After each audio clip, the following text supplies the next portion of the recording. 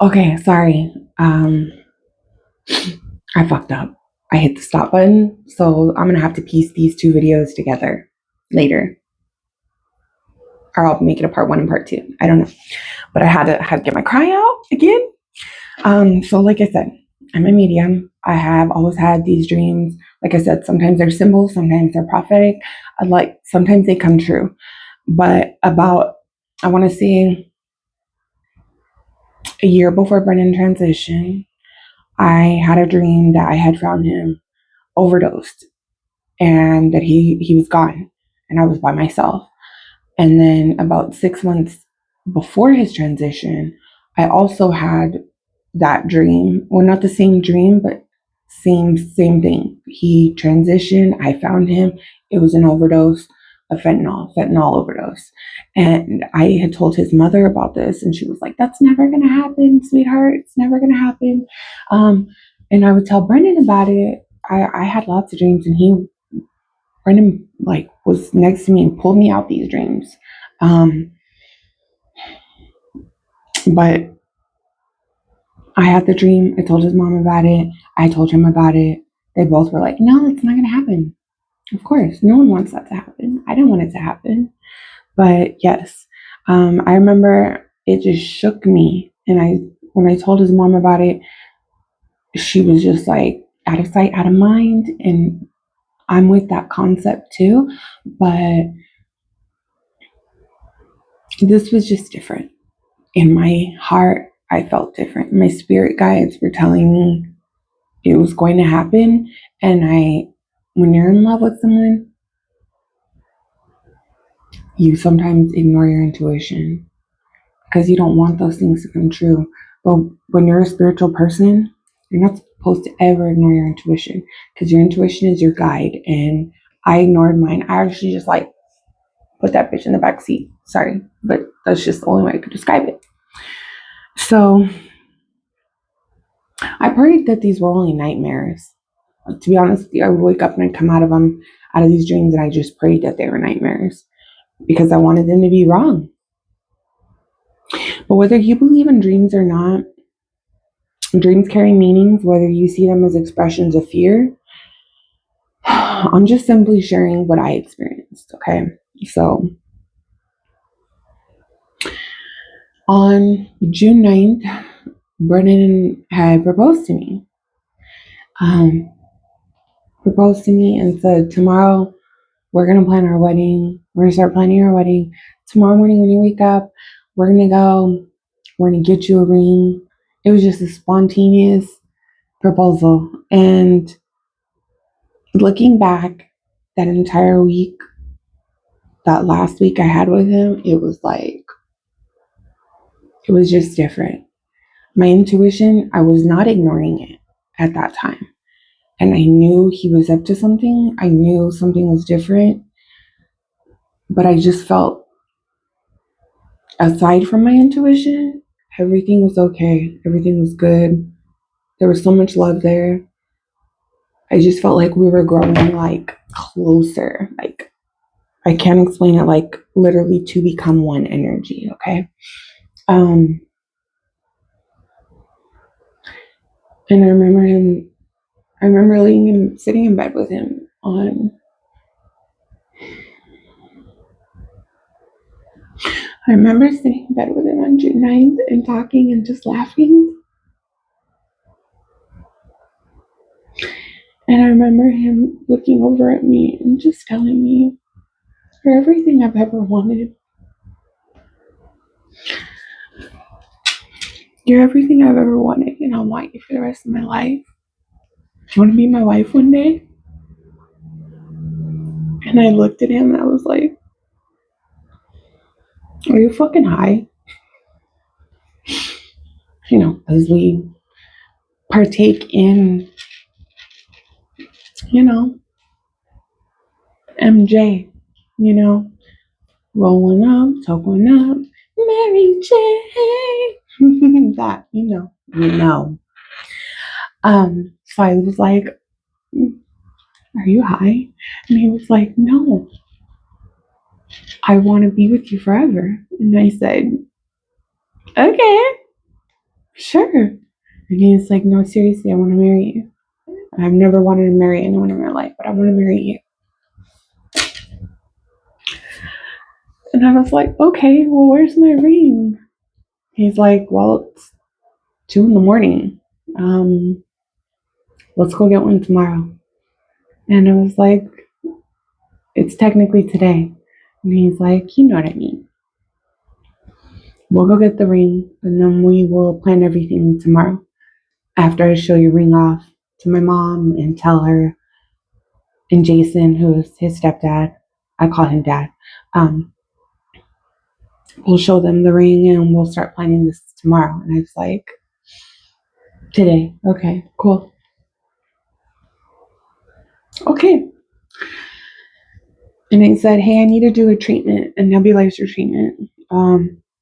Like I said, partook in Mary Jane, and it triggered my asthma. While my allergies were triggering the asthma, it's not my asthma because it doesn't belong to me. Remember, words are powerful. So asthma that plagues my body from time to time kicked in. So I needed to do a nebulizer treatment. I did one. I fell asleep. Woke up in the middle, maybe like a little while, like an hour later. Looked over. We were watching King of the Hill. He had that on the TV, and we were just laughing about that and what was showing, and just having good times, good laughs, man. Like it was great. And then I fell back asleep again.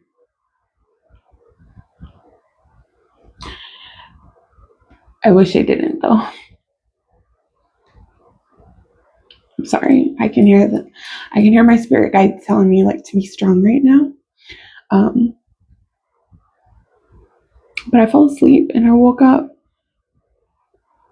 I woke up to like the best way I can describe it was like you need to get up.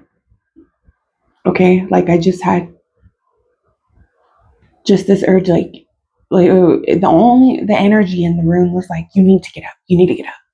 And I remember opening my eyes and I remember hearing that and feeling that, you need to get up now, get up, get up. And I got up, I looked around and I was like, where the fuck is he? So I looked this way because our bathroom and closet area was that way. And I didn't see the bathroom light on and I was like, where is he? So I call his phone and everybody has their phones on them.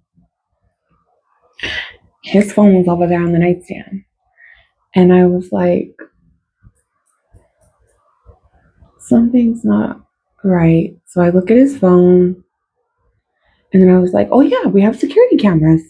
So I look at the security camera app on my phone and I see his car is still in the driveway. So I'm like, oh, he's probably out in his car. And I look and sure enough, the door's open. And I was like, oh, he's in his car cleaning something or something.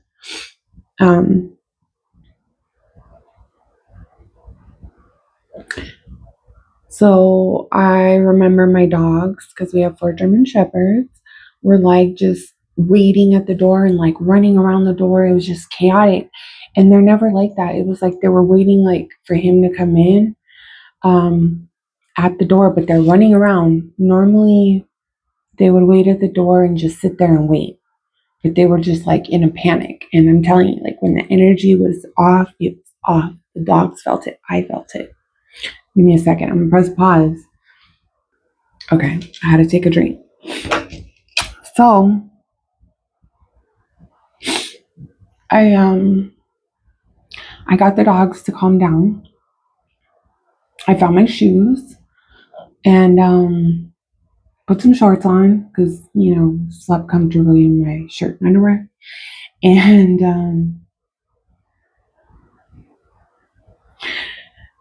Brennan and I used to have this thing. We liked the movie The Croods, and every day when we'd wake up from sleeping or even a nap, we would wake up and we would say, would stretch and be like, still alive, like the grandma would when she'd she would come out of the cave and the husband would be like, fuck, she's so alive. But yes, I went outside to the garage.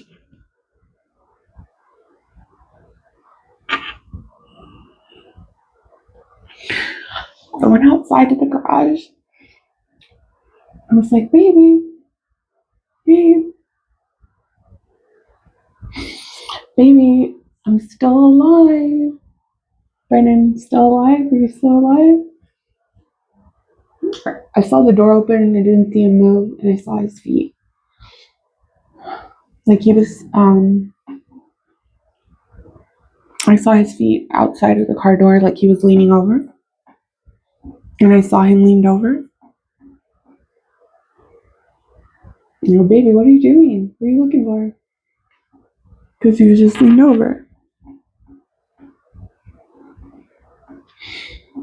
And I put my hand on him and I was like, babe, what are you doing? What are you looking for? Do you need a flashlight? Like, it's daytime. What the fuck? And he didn't move.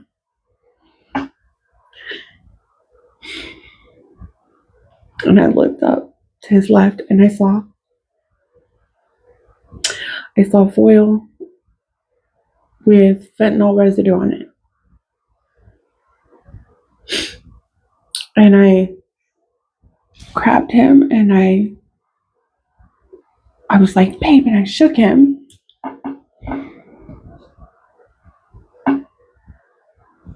Sorry, that noise is my squeaky ass desk.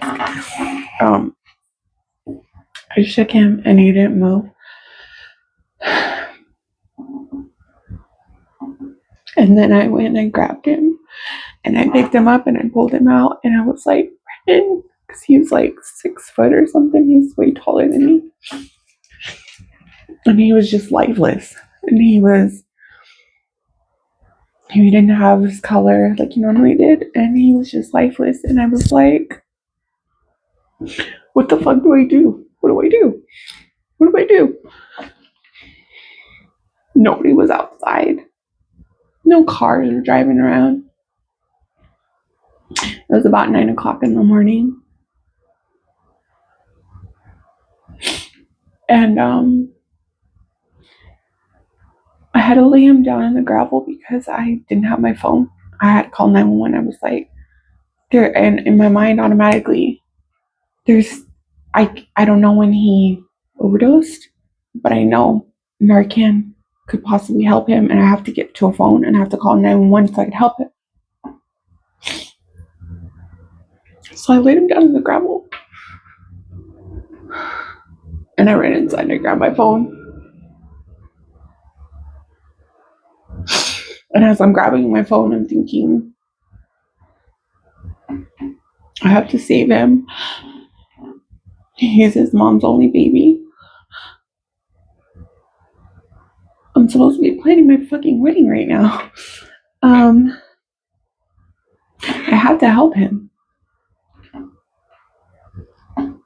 And I was just thinking, he has to go to work on Monday. Like, he just started this, he's been at this job a little over a month. He was an electrician, and I'm just thinking all these things in my mind. And then I'm like, okay, just get the phone, call 911. I grabbed the phone.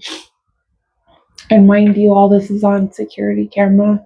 I still have the footage. I've only watched it one time.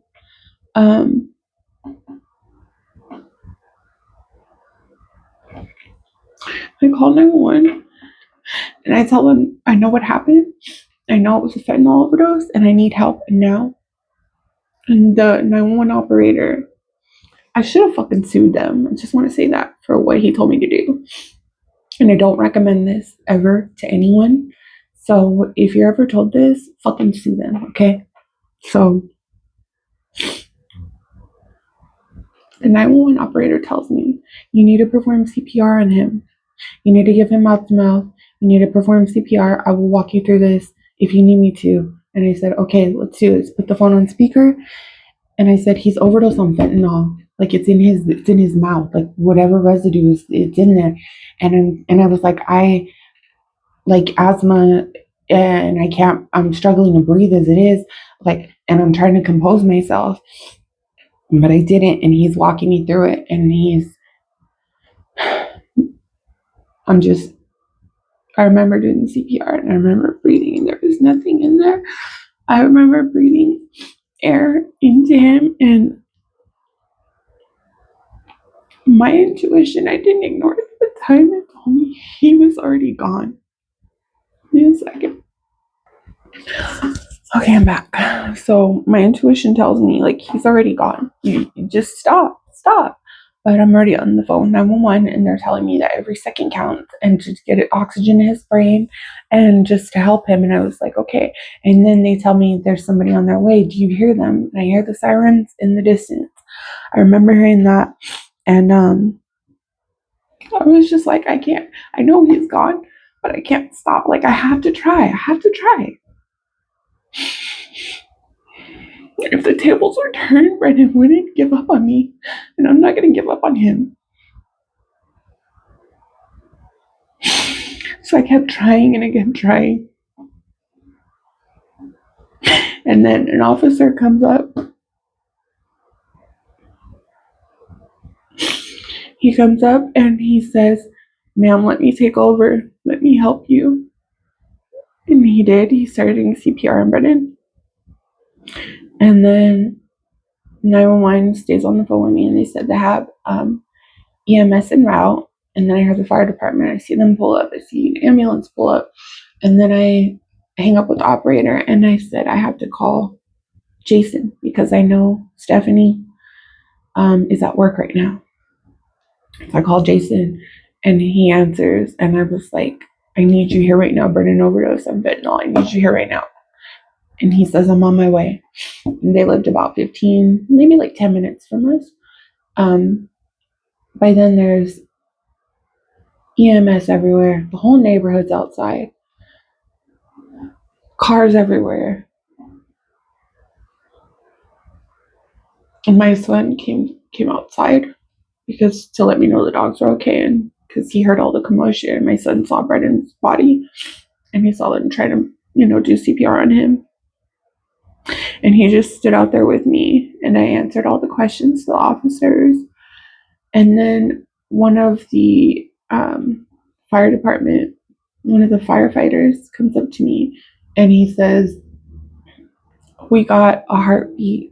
It's a very faint heartbeat. We're taking him to the hospital up the road. The hospital was 1 minute from my house. And I said, okay, cool. So Jason already had pulled up, and he was across the street. They wouldn't let him come to Brennen's body or come to me because he was just so irate and so just emotional, and I had to find clothes, I had to find my phone, I had to find my wallet, I had to find my purse, I had to find everything. And then Jason drives me to the hospital, and we get there, and my heart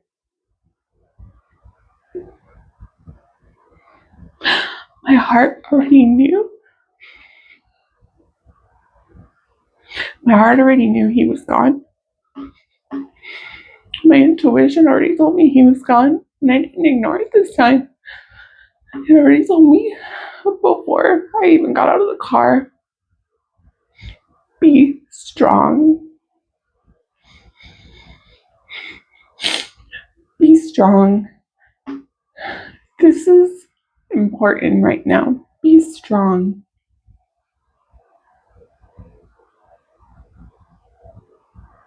So I got out with Jason. We went inside, and a security guard or a nurse tells the security guard to put us in a room. And I went in that room, and I told Jason when we sat down in there, I don't like this. I already know they're going to tell me something bad. I don't want to be in here. I don't like this. And he's just like, I know when they put you in rooms like this, it's never good. And then this doctor comes in, and he says, who are you to Brennen? And I said, I'm his fiance, and this is his stepdad. Give me a second. Sorry, this table was annoying the fuck out of me, and I tried to fix it. It's not working, and I had to just compose myself because this is, like I said, trigger. It triggers people. It triggers me, but I have to tell it because it needs to be told. Because I was told to do it, so I'm telling it. And sorry, I just felt like a white hair fly out of somewhere. I don't even know where, and it's gone now. Anyway, so this doctor walks in the room and he says, "Who are you?" to Brennen. We explain who we are. And then we said, "Where is he? Can we see him? We need to see him." And he said, "I'm sorry." He didn't make it. He was dead on arrival. So they did get a faint heartbeat. He told me they did get a faint heartbeat. And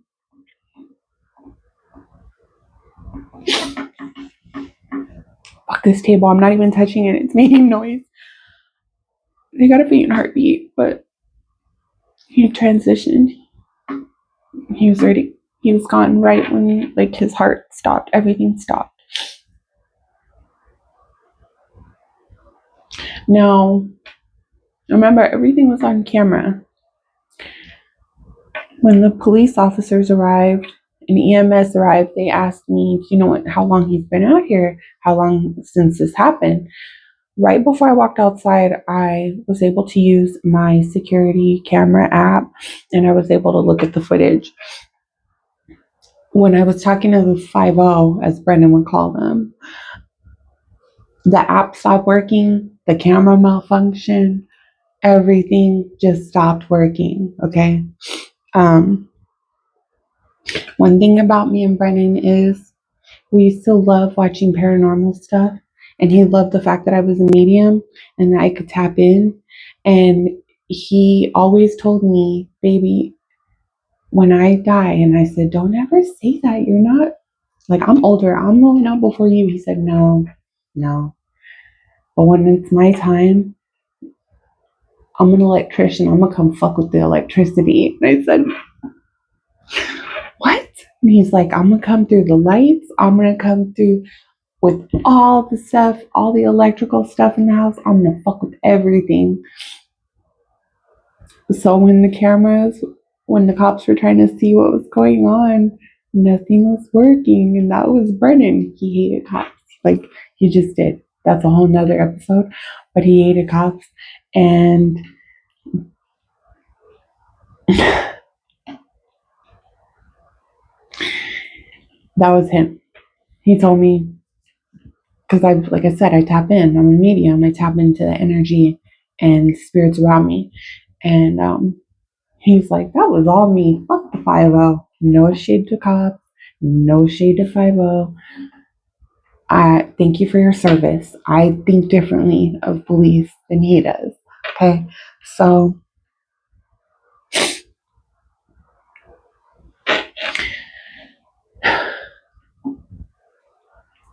the doctor tells us that he didn't make it.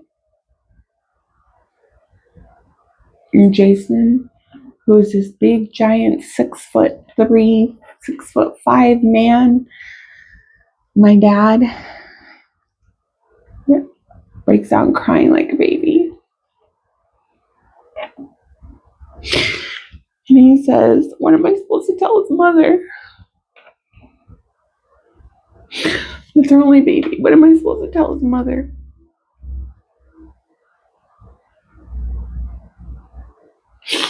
And he just kept repeating that, and I just sat there crying and just shaking my head. And I said, "I just want to be with my baby. Can I please see him? I just want to be with him, please." He said that I couldn't see him until his mother came. And I said, "Fine, fuck it." Jason calls his mom and says what happened. Not that he transitioned, not that he passed, but that she needed to get there. So I'm sitting in that room and I'm just quiet, silent, quiet.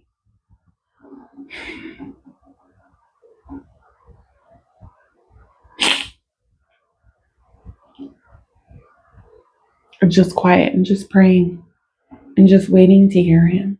To be honest with you, I was waiting to hear him. Um, and I didn't hear him. And I was really sad about that. His mom shows up. I heard my spirit guide say, "She's here, she's here, she's here. Get ready, she's here."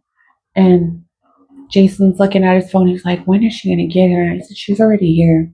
And he goes, "Why did you see her?" And I go, "I just know she's here." And he goes, "What?" Mind you, didn't tell him I was a medium yet. Didn't even tell my mother-in-law that I was a medium yet. I didn't want to be looked at as a fucking weirdo. I don't give a fuck now. I'll tell anybody, but at that time I wasn't comfortable telling anyone what I was and about my spiritual gifts. And right after I said she was already here, and Jason looked, and she just walked right by the window, and she was there. And she walks in the room, and Jason went and told the security guard that the mother had arrived, and to let the doctor know so that the doctor could speak with her and we could get permission to go see Brennen. And Stephanie walks in, and she's like, "I already called my brother," because she has a brother that lives in Arizona, and he was like Brennen's big brother and helped her raise Brennen. And we were just like, "Okay, cool, you called him, great." Well,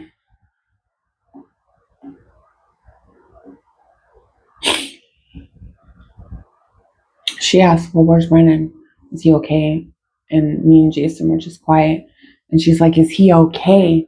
Is he still alive?" And I just looked up at her, and I had tears in my eyes, and I go, "No, Mom, he's not here anymore. He's gone." And that broke me, having to say that.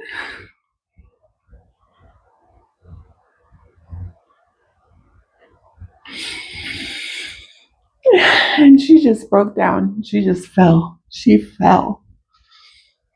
And I had to hold her up. I had to hold her. And she was just screaming, "No, no, no, not my son, not my baby." And I just held her as tight as I could, as best as I could. And I just kept saying I was sorry and that I loved her. And then the doctor came in, explained what happened. And she said, "I just want to see my son. Can we please go and see my son?" And we said, "Sure." And they said, "We can only let 2 at a time in." And we went back there and we saw Brennen.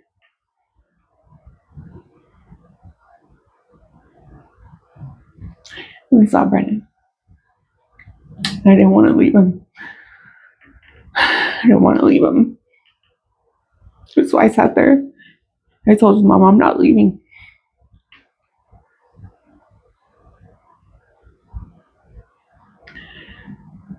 And I sat there with him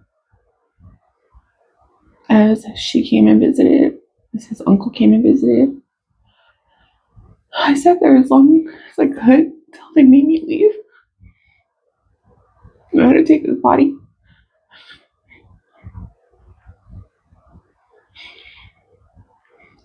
And as I was walking out, I remembered he told me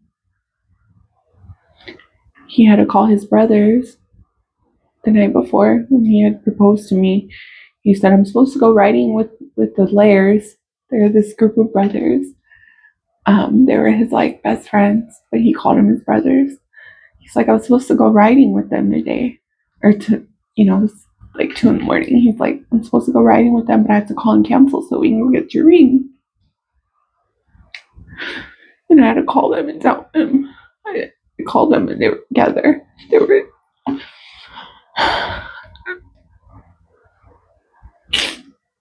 In a second.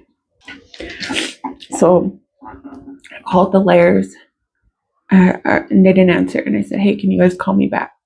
So one of the brothers, Dustin, who kind of looks like Brennen, it's scary. They're not related at all, but they look like brothers. They look like they could be twins. And back in the day, they used to like bullshit people and switch IDs and like do shit for each other. That's a different story. There's a different podcast, different episode. Dustin knows. I'm sure the other brothers know. But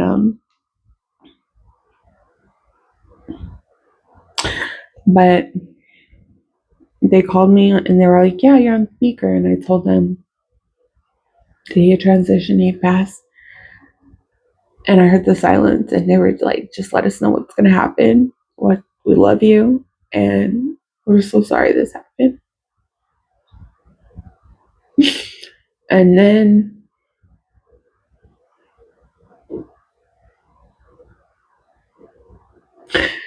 that was how Brennen transitioned. So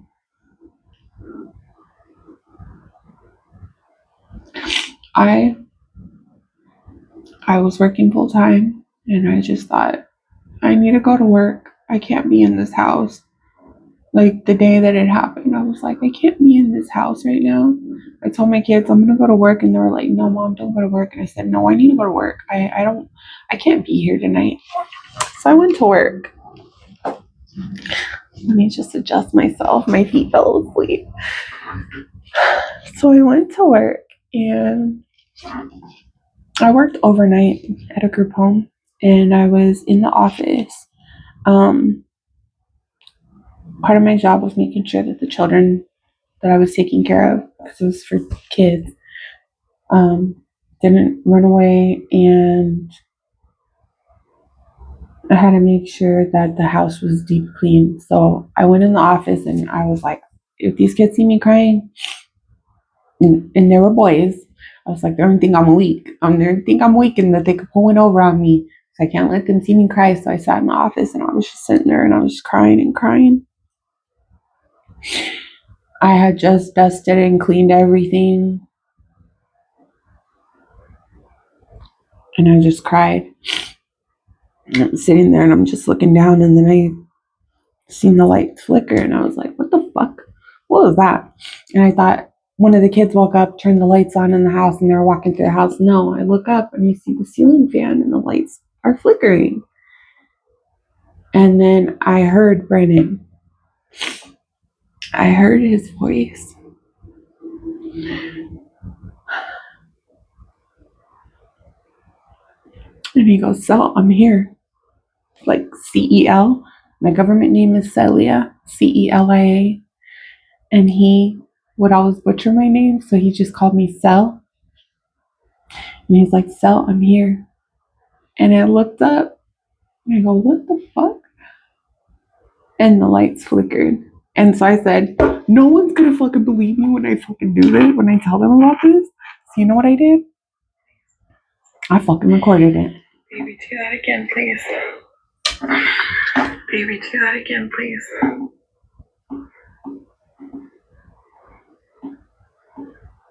You see the light? And Brennen.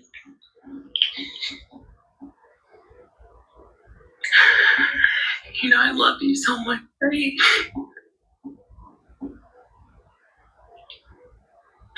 You know my love for you will never end, right?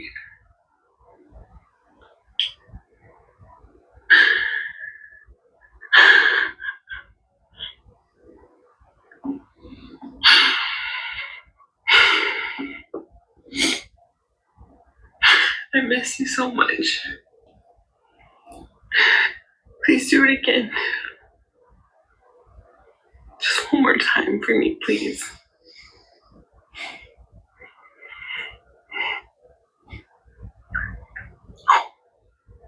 love you so much.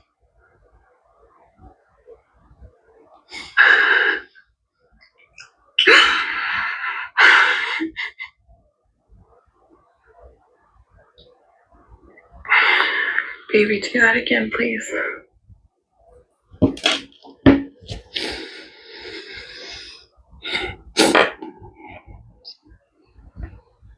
Give me a second, please, guys.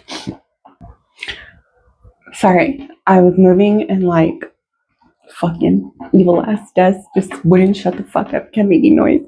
And that video, like, I miss you so much. It just fucks me up every time, and I've only seen it maybe like a handful of times. But that was Brennen coming through. And then I even, just because I was like, maybe I'm going crazy. I called the handyman who used to come to the group homes. I was like, hey, can you please check the lights on this fan and make sure everything's working? He's like, the fan is fine. The light bulbs are brand fucking new. Like, we replaced them like not too long ago. Everything's fine. And I was like, it was flickering last night. And he's like, it's never done that before. It's not doing it now. And I was like, okay, cool. So just in case anyone's wondering, like, bitch, maybe it was a light. Nah, fuck you. It was Brennen. He told me it was him. And that helped me seeing the lights. Because remember, he told me he was going to come through with the fucking electricity and fuck with the light. That was just one of many times that he's come through for me. Okay. Now, I did blame myself for about maybe the first year after his transition. I blamed myself a lot for him transitioning. Like, what if I woke up? What if I would have stayed up? What if I did this? What if I did that? What if? No. I want you to know everything, no matter how good or how bad that happens to us, is meant to happen to us. Period. And that's when I accepted the fact that it wasn't my fault. I realized that I wasn't just trying to save Brennen that morning. I had been trying to save him for years, the whole time that we were together, while still loving him. And that's how I was able to forgive myself, because I tried and he tried. But everything that happens, like I said, fuck this stress, it happens the way it's supposed to happen. So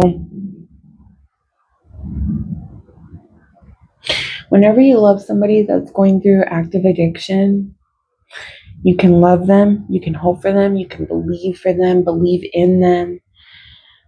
You can watch them fight, but I need you to understand, you can lead a thirsty horse to water, but you can't make that horse drink when it gets there.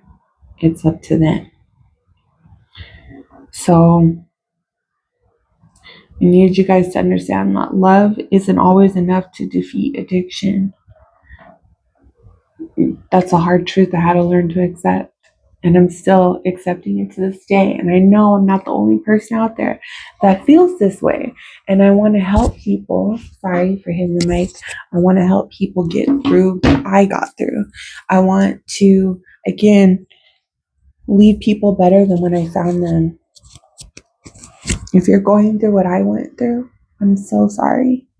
And I'm praying for you. And I'm praying for your healing. Because it's not easy.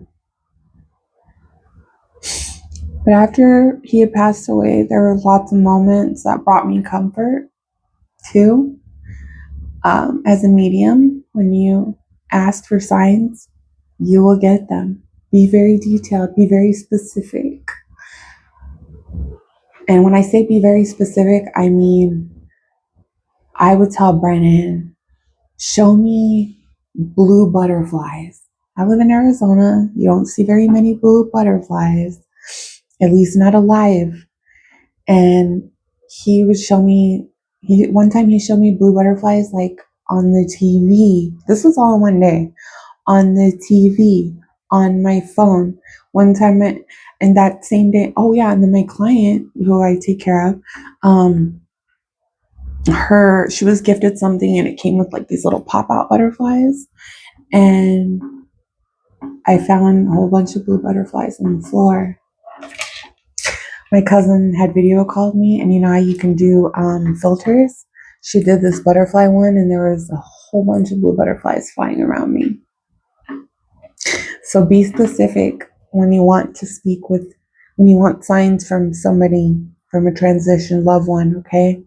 They will send you signs if you ask. So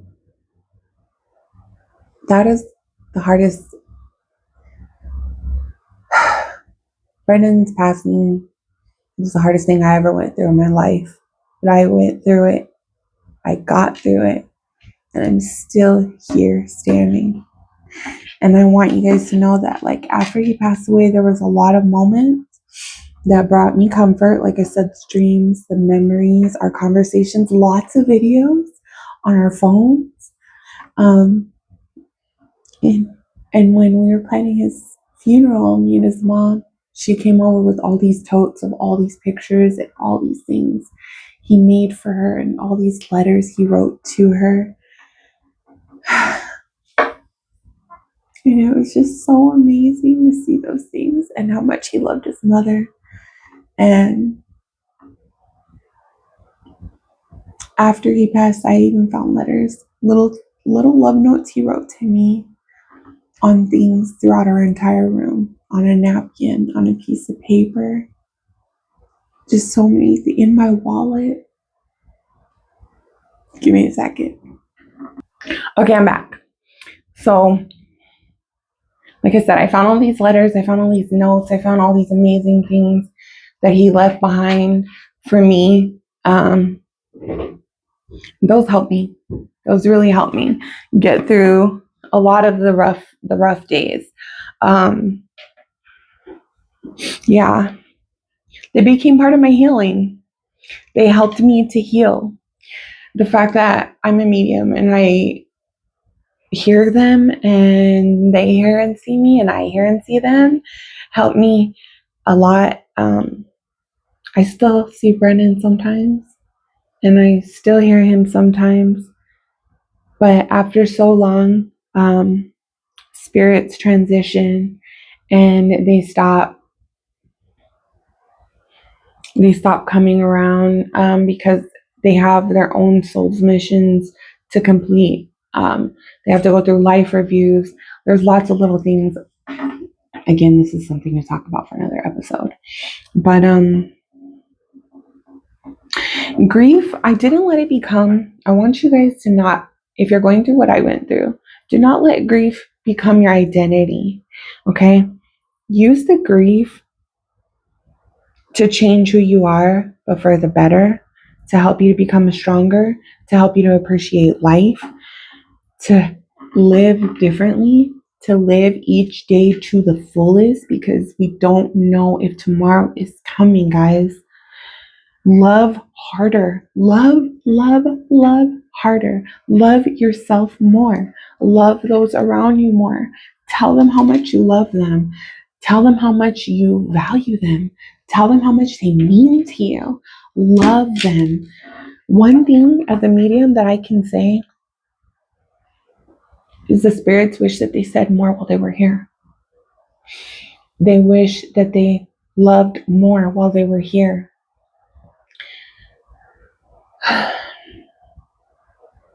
Do not ever wait till tomorrow to tell someone you love them, because you don't know if it's coming. Tell them now. Okay? Don't waste time because it's so precious. We may never get it back. Okay, guys? With closing this episode, I want to say, if there's one thing that Brennan's life taught me, it's that addiction doesn't just affect one person. It changes entire families. It leaves empty chairs, unfinished conversations, wedding plans that never happen, dreams that never became memories. And if you can take anything away from my story, let it be this. Tell people you love them. Forgive when you can. Hold your people a little tighter. And if you lost someone, please don't carry the weight of believing that you should have been able to save them. Sometimes love means doing everything you can. I'm still having to say, see you later and goodbye. Brennen, I hope I honored your life today. Not by focusing on how you left and how you left this world, but by reminding people that you were here. You were here. You were loved and you still matter. Thank you all so much for letting me be louder than nice and be loud with my truth and what I went through rather than be nice and pretend and fake that I don't, that, you know, I'm okay. I'm all right. It's been 3 years.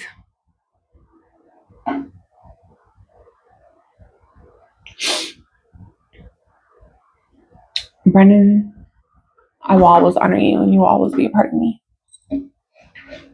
Thank you, everybody. Thank you so much for being here.